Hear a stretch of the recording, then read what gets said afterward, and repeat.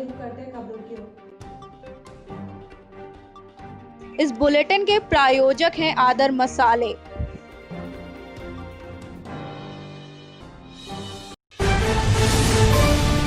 टिकैत नगर बाराबंकी कोतवाली टिकैत नगर में दुर्गा पूजा दशहरा जैसे त्योहारों को देखते हुए आज एक मीटिंग का आयोजन किया गया, जिसकी अध्यक्षता सिरौली गौसपुर एसडीएम प्रतिपाल सिंह चौहान, एसडीएम राम सनेही घाट पटेल के द्वारा की गई।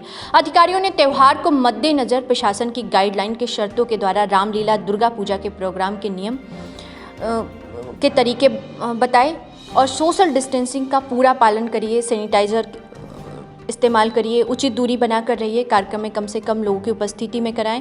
प्रशासन की गाइडलाइन के खिलाफ कोई कार्यक्रम किया गया तो उन लोगों के खिलाफ कानूनी कार्रवाई की जाएगी। किसी प्रकार का जुलूस नहीं निकाला जाएगा। बैंड बाजा और डीजे का इस्तेमाल बिल्कुल भी नहीं किया जाएगा। विसर्जन में संख्या 10 के अंदर होनी चाहिए। नदी में विसर्जन नहीं किया जाएगा। गड्ढा खोदकर उसी में मूर्त विसर्जन की जाएगी। कोर्ट के आदेश के अनुसार पालन कराया जाएगा। मौके पर मौजूद है सीओ राम सनेही घाट, टिकैत नगर कोतवाल Alok Kumar Verma, SI PN Tiwari, SI Jawahar Pal, SI Arin Tiwari, constable Sonu Verma, मुंशी रविकांत पांडे, कांस्टेबल ऋषभ गढ़वान व्यक्त, बब्बन महराज, राजकुमार सिंह बरेठी, सोनू शर्मा, सचिन कौशल, दुर्गा पूजा अध्यक्ष संतोष धनीराम सहित काफ़ी मात्रा में लोग मौजूद रहे। टिकैत नगर बाराबंकी से मोहम्मद दिलसाद की रिपोर्ट आप तक पर। मातृत्व सुख न मिलने से दुखी महिला ने फांसी लगाकर की आत्महत्या। कानपुर के बिठूर थाना क्षेत्र के मकसूदाबाद में महिला की शादी के 12 साल बीत जाने के बाद भी जब मातृत्व सुख न मिला तो महिला ने फांसी लगाकर जान दे दी। मौके पर बिठूर पुलिस और फोरेंसिक टीम जांच करने के लिए गई। बिठूर थाना क्षेत्र के मकसूदाबाद निवासी दूध कारोबारी सर्वेश गुप्ता की शादी हमीरपुर के कुसमरा निवासी सुनीता गुप्ता, जिसकी उम्र 35 वर्ष थी, 12 साल पहले शादी हुई थी। शादी के 12 साल बीत जाने के बाद भी जब सुनीता मां ना बन सकी तो उसने मौत को चुन लिया। पति सर्वेश ने बताया सुनीता मां बनने के लिए कई सालों से उसका इलाज चल रहा था। मां ना बन पाने के कारण हमेशा तनाव में रहती थी। शुक्रवार सुबह सर्वेश अपने पिता जगदीश के साथ दूसरे घर में पशुओं को चारा पानी देने गया था। जब ससुर जगदीश वापस लौटे तो बहू को चाय के लिए आवाज़ लगाई। कोई जवाब न मिलने पर मोहल्ले में रहने वाले युवक ने दूसरी मंजिल के कमरे में खिड़की से झांक कर देखा तो सुनीता का शव साड़ी के सहारे कुंडी से लटका हुआ था। सूचना पर टिकरा चौकी इंचार्ज राधे किशन यादव मौके पर पहुंचे। फोरेंसिक टीम की जांच पड़ताल के बाद शव को पोस्टमार्टम के लिए भेज दिया। अब बिना ओटीपी के नहीं मिलेगा एलपीजी गैस का सिलेंडर। 1 नवंबर से लागू होगा ये नया नियम। आने वाले दिनों में एलपीजी गैस सिलेंडर बिना ओटीपी के ग्राहकों को नहीं मिल पाएगा। बताया जा रहा है कि अब 1 नवंबर से एलपीजी गैस सिलेंडर की डिलीवरी सिस्टम में बदलाव किया जा रहा है। कहा जा रहा है कि जब तक आपके मोबाइल पर एलपीजी गैस सिलेंडर बुकिंग को लेकर ओटीपी नंबर नहीं आएगा तब तक एलपीजी गैस सिलेंडर नहीं मिलेगा। वहीं रिपोर्ट्स की माने तो एलपीजी गैस सिलेंडर की चोरी और हो रही घटतौली को देखते हुए एलपीजी सिलेंडर डिलीवरी के लिए ओटीपी का सिस्टम रखा गया है। अब आपको अपने मोबाइल से रजिस्टर करना जरूरी होगा, क्योंकि रजिस्टर्ड नंबर पर ही एलपीजी गैस बुकिंग किया जाएगा और ओटीपी आएगा, जिसको दिखाकर आप एलपीजी गैस के सिलेंडर को ले पाएंगे। ओटीपी से एलपीजी गैस लेने के सिस्टम को अब डैक का नाम दिया गया है। आपको बताते चलें कि एलपीजी गैस लेने के लिए ओटीपी सिस्टम का पायलट प्रोजेक्ट पहले से जयपुर में चल रहा है।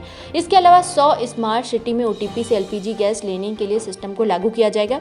उसके बाद उसकी प्रोग्रेस देखते हुए ओटीपीसी में से एलपीजी गैस लेने के सिस्टम को फिर अन्य शहरों में लागू किया जाएगा। अगर मीडिया रिपोर्ट्स की माने तो बताया जा रहा है कि ओटीपी से एलपीजी ग्राहकों तक पहुंचाने के लिए सरकार ने यह ठोस कदम इसलिए उठाया है कि गैस में हो रही चोरी की घटतौली को रोका जा सके। 1 नवंबर से ओटीपी से गैस लेने की यह प्रक्रिया को 100 स्मार्ट सिटी में लागू कर दिया जाएगा, जिससे कि एलपीजी गैस के ग्राहकों को जहां एक और बिना चोरी और बिना घटतौली के एलपीजी गैस मिला करेगी, तो वहीं दूसरी तरफ इस नियम से आम ग्राहकों को भी काफ़ी फायदा होगा।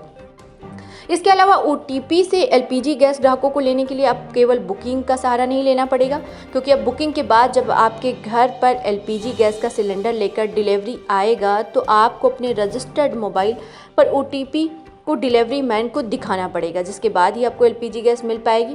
यह भी बताया गया कि जिन ग्राहकों का मोबाइल नंबर एलपीजी गैस में रजिस्टर नहीं है उनको परेशान होने की ज़रूरत भी नहीं है, क्योंकि आपके घर पर एलपीजी गैस के डिलीवरी मैन आपके मोबाइल को रजिस्टर कर देंगे, जिससे आप ओटीपी से एलपीजी गैस लेने में कोई दिक्कत नहीं होगी।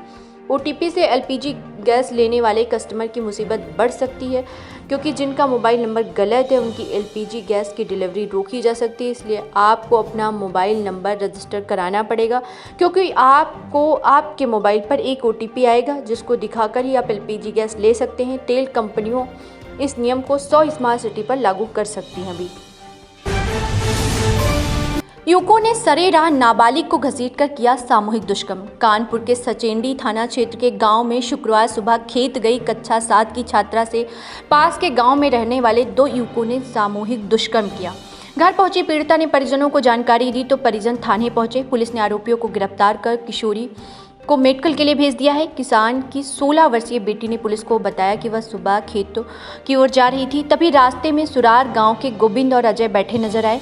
उन्होंने पहले छींटा कसी की, फिर पीछा करके सुनसान जगह पर हाथ पकड़कर झाड़ियों में खींच लिया। उसके बाद मुंह पर दबाकर बारी बारी से दुष्कर्म किया। बाद में धमकी देकर भाग गए। उसने घर पहुंचकर परिजनों को जानकारी दी। पुलिस के अनुसार परिजनों की तहरीर के आधार पर कार्रवाई की जा रही है। मेडिकल से लौटने के बाद पुलिस ने किशोरी को साथ ले जाकर घटना स्थल का मुआयना किया है।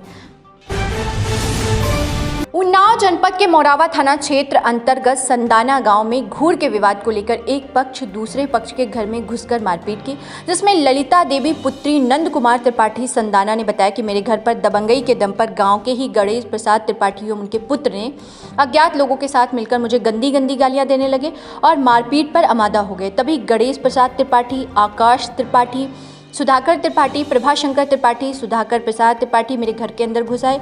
लात घूसों से मुझे व मेरे पुत्र को मारने पीटने लगे, जिसमें मेरे पुत्र शैलेंद्र दीक्षित के सर पर गंभीर चोटें आई हैं। मैंने मोरावा थाने में पहुंचकर धारा 452, 323, 336, 504, 506 का मुकदमा पंजीकृत कराया है। वहीं मोरावा पुलिस हल्का प्रभारी सीताराम मिश्रा ने कहा कि अपराध करने वाले को किसी भी प्रकार से बख्शा नहीं जाएगा। चैनल में आपका स्वागत है। मैं हूं सुनील मिश्रा। मैं पहुंच रहा हूं उन्नाव जनपद के मोरावा थाना, जहां से कुछ लोग आए हैं। मारपीट हुई है, संदाना ग्राम सभा का मामला है। मैं सीधे उन्हीं से बात करता हूं। ये लोग थाने में गेट पे खड़े हैं। आपका क्या नाम है? शैलेंद्र दीक्षित भैया। शैलेंद्र दीक्षित। पिताजी का आपका क्या नाम? अनिल दीक्षित। किस गाँव रहने वाले? संदाना के। क्या मामला हुआ है? किस मामले में? अरे घूर था हमारा, तो घूर हमारा पड़ रहा था 50 सालों से। तो उसमें जो है वो मम्मी के, हम अपने ननिहाल में रहते हैं, तो हमारी मम्मी के जो नाना थे तो उन्होंने मम्मी को दिया सब कुछ, मम्मी के पिताजी ने।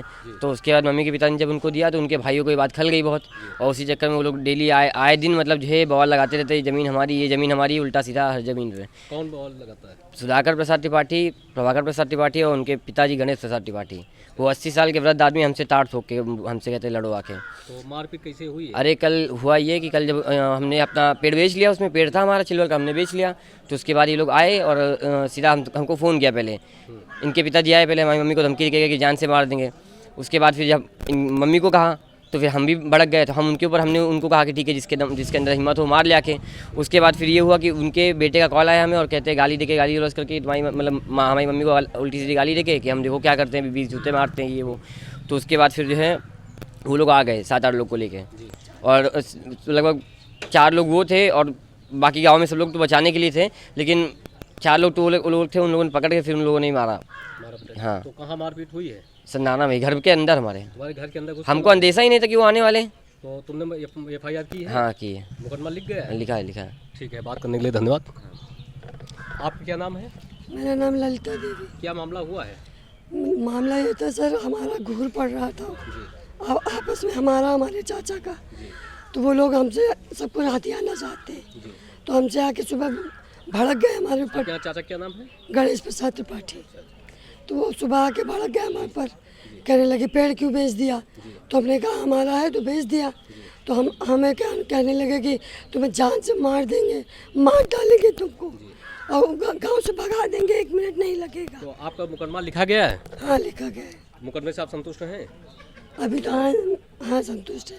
ठीक है, बात करने के लिए धन्यवाद। खबरों का सिलसिला यूं ही जारी रहेगा मेरी यानी तृप्ति के साथ। कल फिर हाजिर होंगे कुछ बड़ी खबरों के साथ। आप तक को समय देने के लिए धन्यवाद।